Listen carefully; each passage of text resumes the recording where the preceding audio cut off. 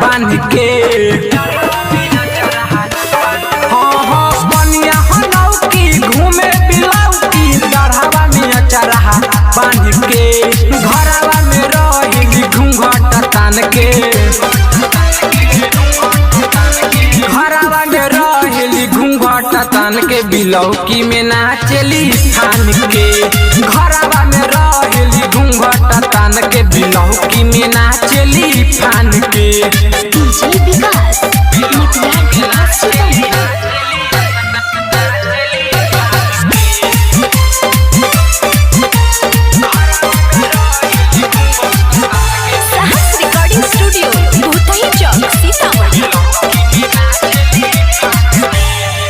ऐसा चहन चले बिया ले लेबा सेंडिल तोड़ तोड़ तोड़ तोड़। गुलाबे कलर के लगौली होठल लिया लागेली बहुत बिजोड़ जोड़ जोड़ जोड़। हो ऐसा चहन चले बिया ले लेबा सेंडिल तोड़ तोड़ तोड़ तोड़। गुलाबे कलर के लगौली होठल लिया लागेली बहुत बिजोड़ जोड़ जोड़ जोड़। छुटा पसीना भिजैले बसीना हेरैले बाबाली कान के। घरवा में रहिली घूंघट तान के। घरवा में रहिली घूंघट तान के बिलौकी में नाचली थान के।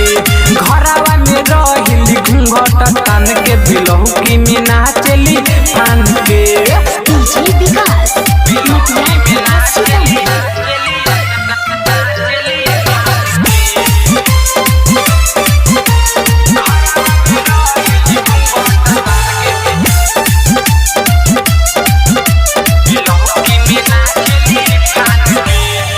डीजे के धमक हो सुन के नाचले भौजी दाना दन दन दन दन। मुकुल वीरेंद्र बगल से देखी हंसले राइटर चंदन दन दन दन।